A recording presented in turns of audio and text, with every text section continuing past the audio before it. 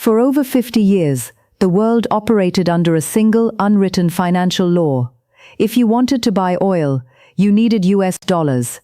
This wasn't just a market preference, it was the petrodollar system, the invisible architecture of global power.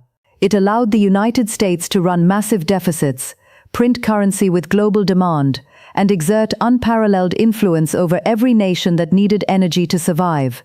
But as we sit here in 2026, that architecture is cracking. A quiet revolution that began in the boardrooms of Beijing and the oil fields of Russia has reached a breaking point. Today we are witnessing the birth of the PetroYuan. It is China's boldest challenge to the dollar, and it is no longer just a theoretical threat. From the digital wallets of PetroChina to the war-torn waters of the Strait of Hormuz, the rules of money are being rewritten in real time. This is the full story of the PetroYuan, its history, its sudden acceleration, and the 2026 crisis that changed everything. Why oil pricing is the ultimate weapon to understand the PetroYuan. We first have to understand why oil pricing matters so much. Oil isn't just a commodity, it is the lifeblood of modern civilization. It fuels industry, transportation, and national security. Because of this, the currency used to price it becomes the world's reserve currency. When the world trades oil in dollars, every country must hold massive reserves of US dollars just to keep their lights on. This creates a permanent global demand for the greenback. It means the US can sanction any country, like Iran or Russia, and effectively unplug them from the world economy by cutting off their access to those dollars. For decades, China, now the world's largest oil importer, watched this with growing unease. They realized that as long as they bought oil in dollars, their national security was ultimately tied to the whims of the US Treasury. In 2017, the Countermove began. China and Russia agreed to explore oil trade in local currencies. It was a small spark, but it was the beginning of a wildfire. The birth of the infrastructure, 2018-2023. In March 2018, China launched the Shanghai International Energy Exchange. For the first time, a major oil pricing benchmark existed outside the traditional Western system. They offered crude oil futures contracts denominated in yuan. Traders were skeptical at first, but the volume grew steadily. The real breakthrough, however, came on October 18, 2023. This is the date historians will point to as the day the petrodollar flinched. China's state energy giant PetroChina completed the first international settlement of 1 million barrels of crude oil using the ECNY, the digital yuan. This wasn't a paper trade on an exchange. This was a physical shipment of 1 million barrels of oil, paid for instantly, outside the SWIFT banking system, and outside the reach of the US dollar. It proved that China didn't just have an idea. They had the plumbing. They had built a parallel financial universe where the dollar was irrelevant. The Saudi pivot and the rise of the gold backstop. For years, the holy grail of the PetroYuan was Saudi Arabia. If the world's largest exporter started accepting yuan, the petrodollar would be effectively over. Throughout 2024 and 2025, Riyadh began to drift. The Saudi leadership, looking to diversify away from a purely Western alliance, began signing massive Vision 2030 inches deals with Chinese tech and energy firms. By late 2025, Saudi Aramco had committed over $35 billion to refinery projects inside China.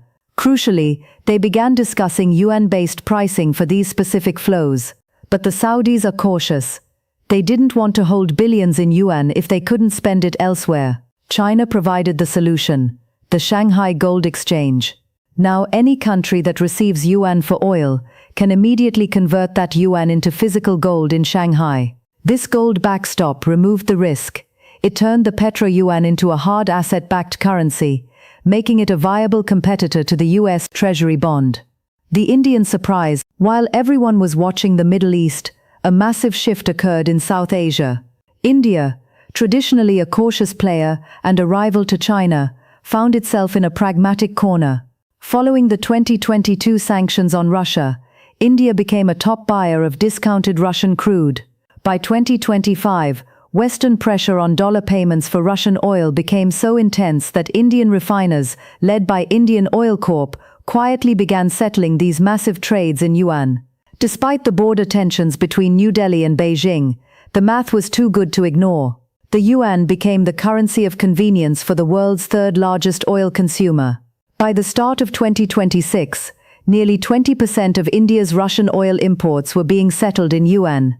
The message was clear: if the price is right, even your rivals will use your currency. The 2026 crisis, Iran and the Strait of Hormuz. This brings us to the present moment. The year 2026 has been defined by the most significant energy crisis since the 1970s. As the conflict between Iran and Israel escalated into a full-scale regional war, the geopolitical map was torn apart. Iran, facing maximum pressure and total exclusion from Western markets, leaned entirely into the Chinese orbit.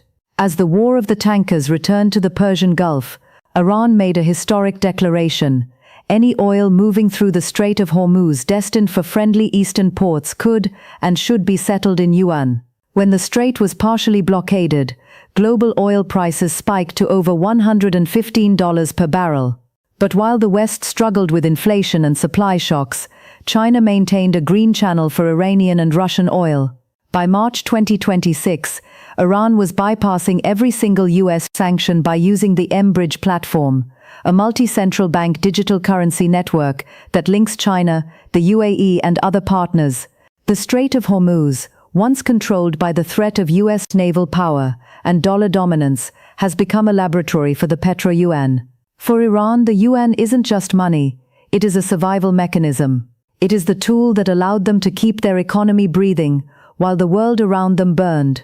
The architecture of dissent, CPAs and digital frontiers.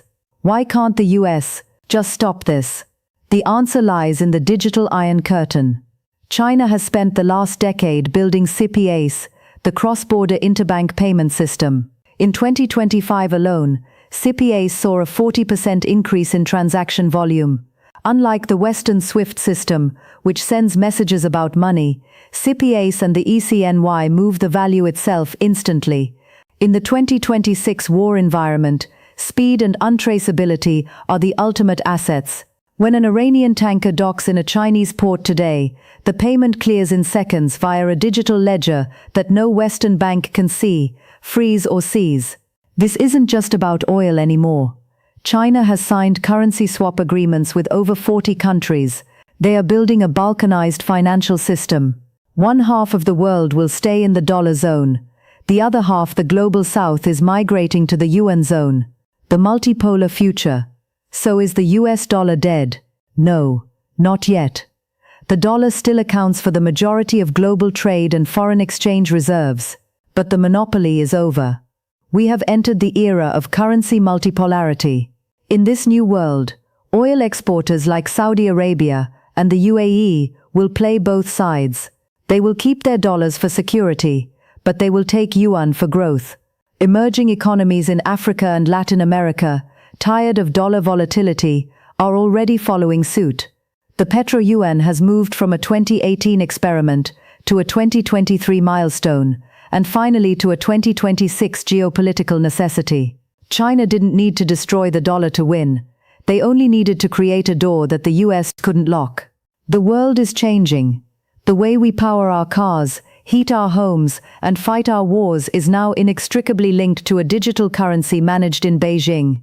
The petrodollar era was the age of a single superpower. The PetroYuan era is the age of a fractured, complex, and unpredictable world. The question for the next decade isn't whether the yuan will replace the dollar. It's whether the world can handle having two masters.